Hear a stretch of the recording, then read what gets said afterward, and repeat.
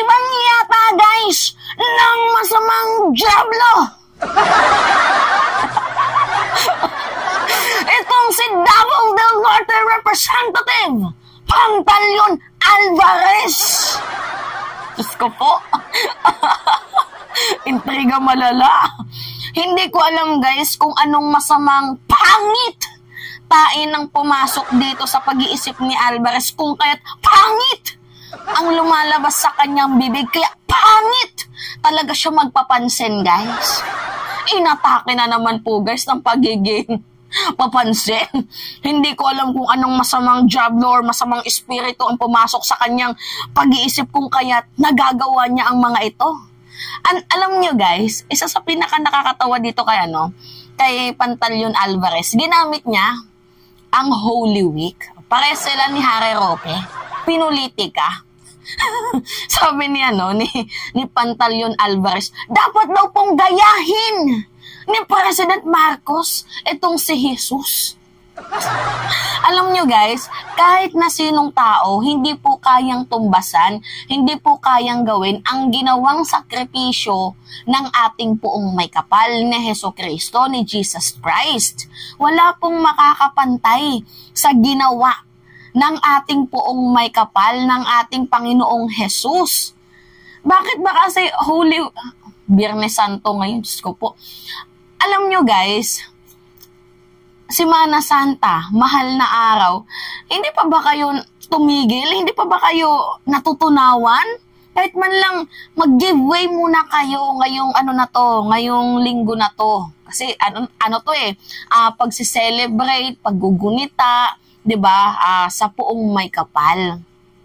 Magsimba kayo para nga naman ang natatauhan kayo kahit papaano, or para naman kahit papaano nahimasmasan yung mga masamang diablo na pumasok diyan sa mga kaluluwa ninyo. 'Di ba? Kahit nagsisimba ba to? Tong mga to? Walang ibang ginawa, guys, pati ba naman Holy Week? Pinulitika. So ngayon, guys, sabi ni Alvarez, dapat daw, kasi Holy Week ngayon, 'di ba? Dapat daw gayahin ni President Marcos itong si Jesus. Magsakripisyo daw siya. Mag-giveaway daw siya.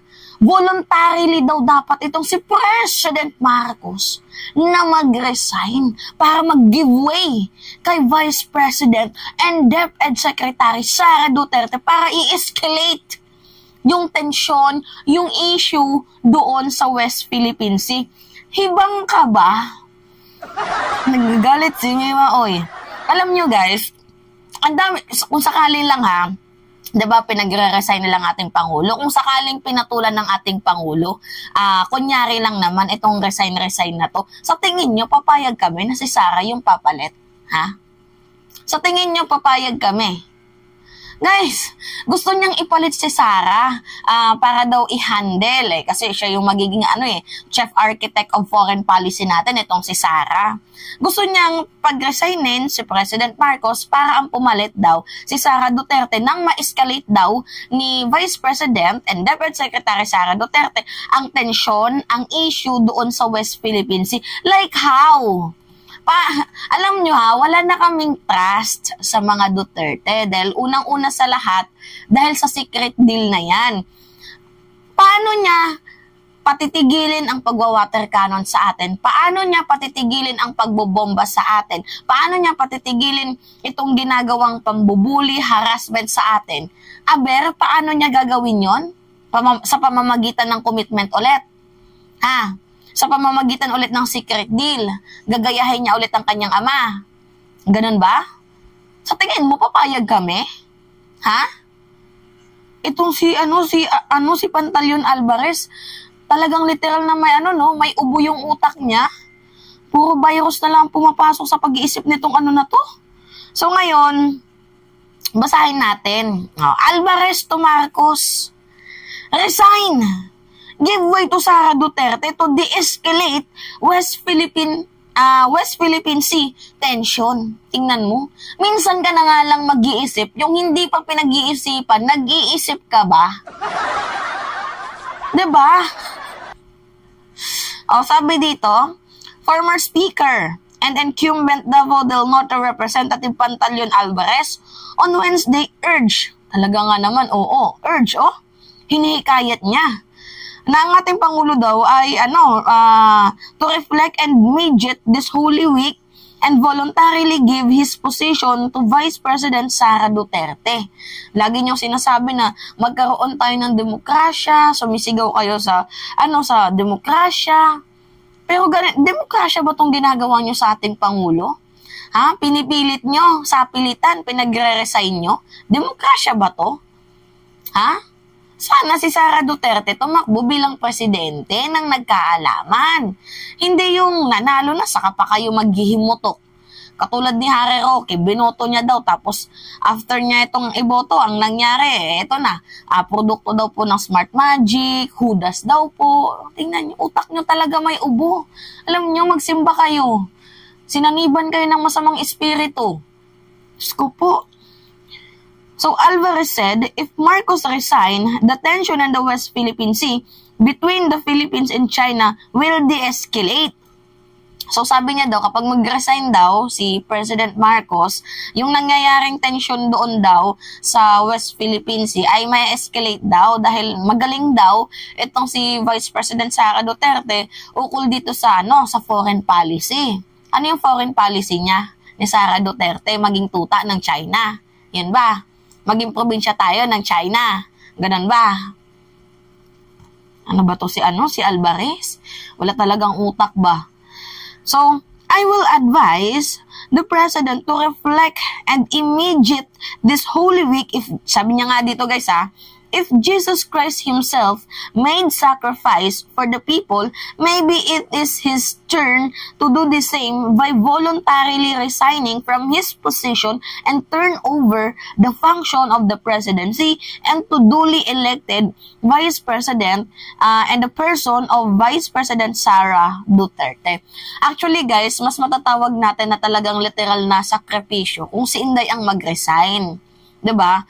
Mantakin mo, may issue siya sa DepEd, mayroong mga ghost students beneficiaries, issue sa confidential funds, 'di ba? Hindi nga nagsasalita sa West Philippine issue. Pero may time para linisin ang kanyang sarili laban kuno sa mga black propaganda. 'Di ba? May time para umattend sa mga rally. Dapat si BP ang pinagre-resign nyo. Kasi kung mahal nyo ang bayan nyo, sayang naman ang pasweldo kay Inday. Mantakin mo, taxes natin yan, tapos walang ibang ginawa kundi sumama sa rally. Hibang ba kayo? Ha? Minsan na nga lang kayo mag-isip, hindi pa pinag-iisipan. Nag-iisip ba kayo? 'Di ba?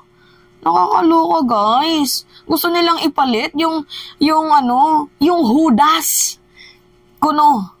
'Di ba? Yan yung gusto nyo. Naku, baka pag iba na po yung pag kunyari nag-resign si President Marcos tapos si Sara Duterte ang pumalit, naku, baka pagbaba niyan sa pwesto, yung kaban ng bayan ubos na. Oo. 'Di ba? May 51 billion si Pulong. May din siya. May confidential funds. Diyos ko po, ewan ko sa inyo. Gusto nyo lang atang maging tiba-tiba. Tibain ko kayo Ang sabi dito, so ukol daw ito guys sa huling insidenteng nangyari sa pagwa-water cannon ng China sa bansang Pilipinas. So, nag-resupply mission kasi guys yung ating barko doon sa Ayungin. So, yung ginawa pong moves ng China ay hindi daw po katanggap-tanggap at kailangan daw po natin guys ng mas malawakang strategy na ang kaya daw po makapag-resolve ay si Inday Sara Duterte. Like, paano? Gagawa na naman kayo ng panibagong secret deal. Yun ba yun? Ano ba yan? So Alvarez said, Marcos should stop making decision and action that will further escalate the tension between the Philippines and China. Actually guys, good move po ang ginawa ni President Marcos. Bakit? Kasi pinipreserve niya ang ating teritoryo. Guys, nakikipaglaban ng ating Pangulo hindi po sa gerang pamamaraan, bagko sa diplomatikong pamamaraan. To the point na ang gusto niya pong palabasin ni isang teritoryo, wala pong isusuko. Ayaw niya po ng gera. Kahit nga ako, ayaw ko ng gera. Pero mali naman pong ginagawa ng China na binubuli tayo, na parang tayo pa yung nagnanakaw sa sarili nating mga karagatan, sa sarili nating yamang dagat. 'Di ba? So, pinipreserve po ni President Marcos at pinapagtanggol niya ang ating mga kababayang mangingisda. Yan po guys yung yung adhikain ni President Marcos na ipagtanggol ang mamamayang Pilipino saan man ito dumako. 'Di ba? Hindi mo ba nagigets yun? O si Sara, mahal bang Pilipino? Ba't di siya nagsasalita sa West Philippines issue? West Philippine Sea issue. 'Di ba? Anyway, sabi pa dito, realistically speaking, we cannot compete with China in terms of military strength. Sino ba yung nagsabi na makikipaggera tayo? Kayo lang naman yung nag-iisip niyan. Walang sinabi ang ating Pangulo na makikipaggera tayo dahil first things first, talagang aminado tayo na utot lang tayo ng China, hindi natin kaya ang China. Pero, wala din naman po guys magagawa ang China kapag pinaglalaban natin ang sariling atin. Kasi atin po yun. Kahit dalhin pa po nila yung issue na to sa arbitral tribunal, wala pong magagawa sila dahil atin po yan. Pinaglalaban lamang po ng ating presidente ang atin sa demokratikong at diplomatikong pamamaraan. Yan, nabubulol na si Mima. 'Di ba? Wala pong may gusto ng gera. And aminado tayo na mahina pa po ang ating defense as of now. Kaya nga meron tayong mga allied country, 'di ba? Para kung sakaling nagkakaroon ng gitgitan, initan, meron po tayong kakampi. Pero lilinawin ko sa inyo guys na hindi po tayo pwedeng umasa sa kanila. Kailangan din natin pong i-build ang ating defense. Yan po yung aking tinutukoy dito. Pero hindi ko po sinasabi na gusto po ng gera ng ating Pangulo. Wala pong may gusto nun. Sila lang naman po yung nag-i-indicate, yung nag-iisip ng ganun, which is hindi naman po guys appropriate. Kasi wala pong gera na binanggit ang ating Pangulo.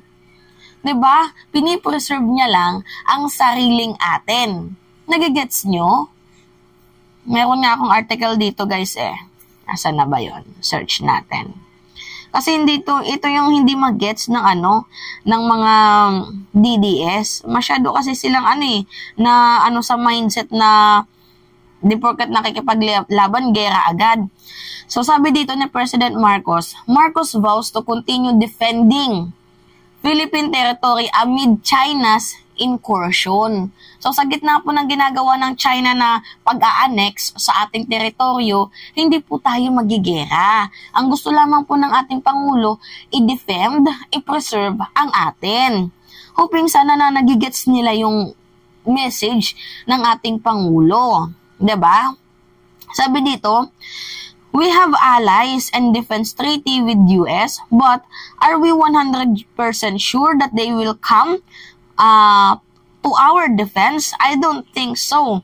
Kaya nga yan yung sabi ko sa inyo guys, na hindi pwede yung mag-ano lang tayo, naka-defend lang tayo sa kanila. 'Di ba? Yung parang umaasa lang tayo sa ibang bansa. Kailangan din nating palakasin ang ating defense. Pero kailangan natin ng mutual treaty. Kailangan natin sila as allies para in terms of mga kurot na aggression, at least merong nagkukundina.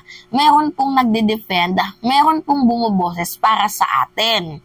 'Di ba? No man is an island. Sinasabi ko yan sa inyo. No man is an island. So, kailangan natin ng kapwa natin. Nagigets ninyo? So, sabi dito, Alvarez also called the Marcos administration to instead focus its attention on addressing the primary social issue of the country, such as alleviating poverty. So, we are even having problems with the rising and recurring illegal drugs issue and hunger. And yet, we are so preoccupied with the ranks in the West Philippine Sea. Kasi nga, ano yan international issue yan, yung West Philippine Sea. Alangan naman hindi natin pagtuunan ng pansin. Ha? Diba? Our present government is not setting its sight straight, but also, Alvarez clarified that not inch of the country's territory should be surrender. So, paano, Alvarez? Tatahimik na lang tayo? Hindi pwede yung ganong moves. Ayaw nyo i-surrender ang kahit maliit na teritoryo ng bansang Pilipinas, pero sa papaanong paraan? Tatahimik lang kayo? Hindi naman po ata pwede yun.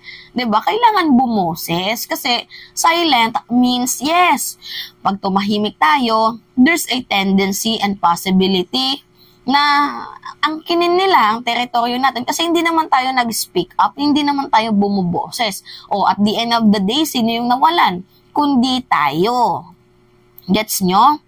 So, sabi pa dito, how can we expect to fight or even retaliate if our families are hungry with no foods on their plate, no job and income to provide for their basic need?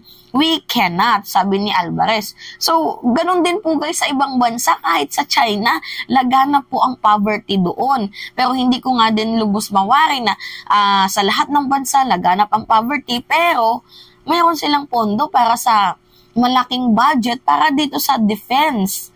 'Di ba? Kasi hindi natin alam yung panahon. 'Di ba? Baka mamaya may bantay sa lakay diyan. Kaya nag-aano sila katulad natin, 'di ba? Nagre-ready. Pero hindi ibig sabihin na nag-aano tayo, nagre-ready tayo sa ating defense, pinapalakasan natin ang ating defense. Hindi po ibig sabihin nun, pinapabayaan natin ang ating mga ibang problema dito sa bansa, kagaya ng poverty, kawalan ng trabaho. Hindi po ganun yun.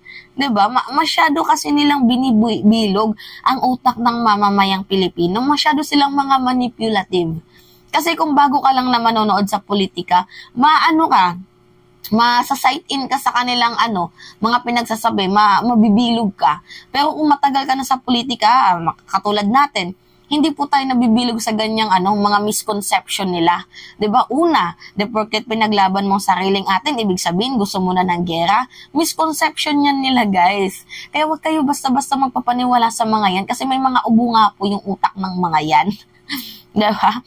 So anyway, yun lamang ho guys, at it's me again, si Mima Alicia nyo, at nagbabalik ulit para sa ating panibagong video.